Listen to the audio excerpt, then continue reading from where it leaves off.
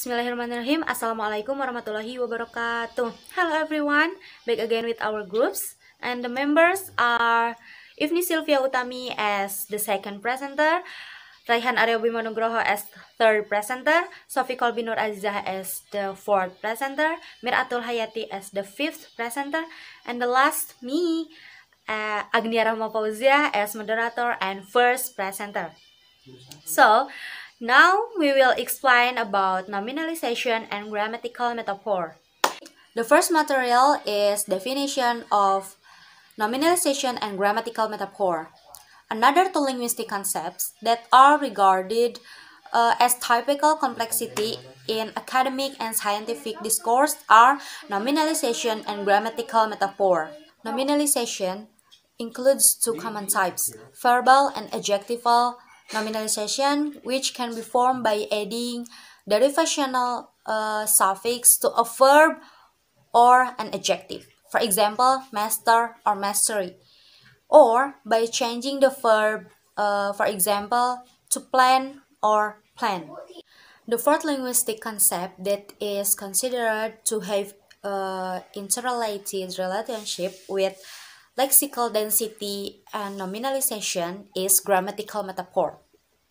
Grammatical metaphor, originally proposed by Halliday, is a substitution of one grammatical class or one grammatical structure by another.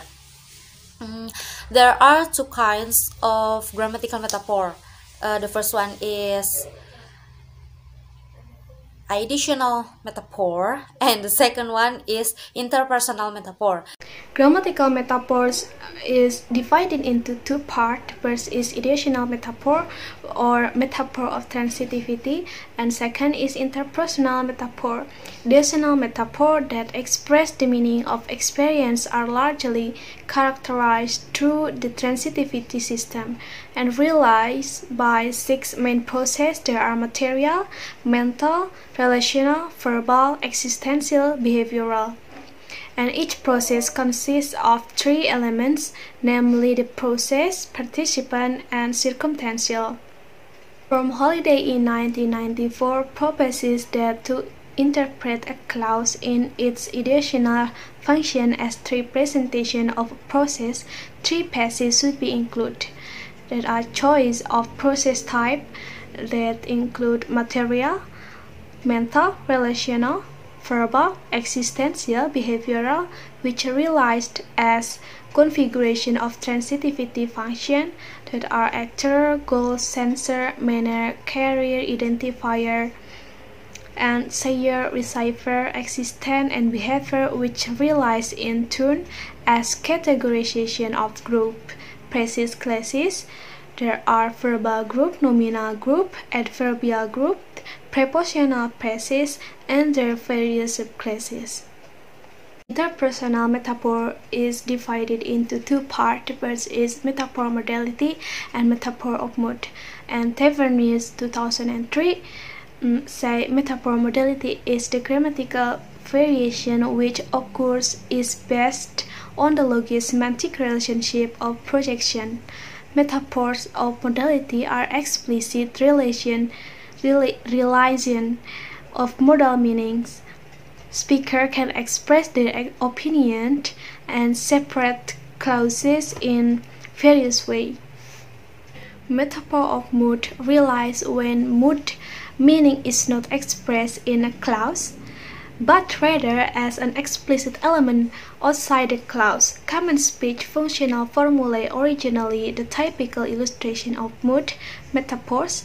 Mood include declarative, interrogative, imperative, and exclamative, performing different functions known as speech act in terms of four basic categories, that is statement, question, directives, and exclamation respectively.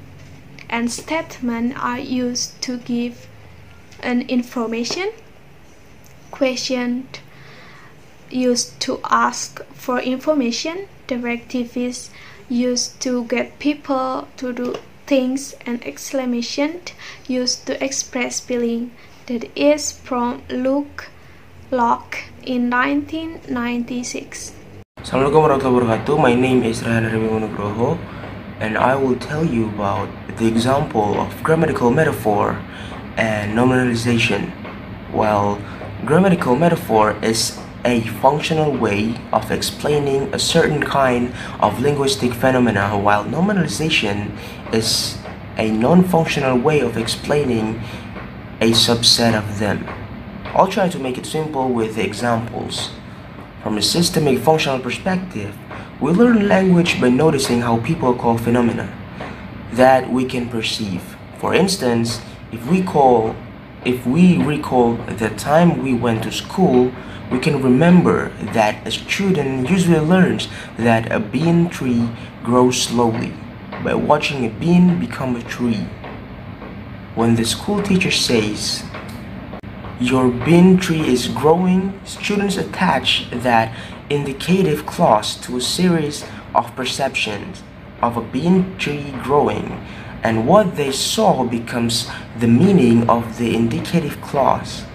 The direction of token value attachment in calling is called encoding. Afterwards, when students say, "My bean tree grew," they are telling others what they saw. The direction of token value attachment in telling is called decoding.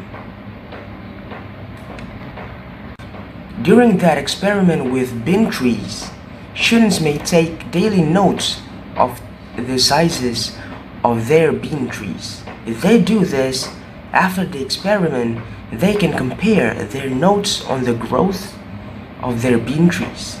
While doing this comparison, they may learn to say clauses such as, "The growth of my bean tree was slower than typical." In this case, students are not representing their direct perception of a tree growing. Instead, they are attributing a quality to a thing they can hold, which is the record of their plant's growth. Does anybody still don't understand? Okay, some instances of nominalization and grammatical metaphor were analyzed and distinguished from each other as follows. So I have a table right here.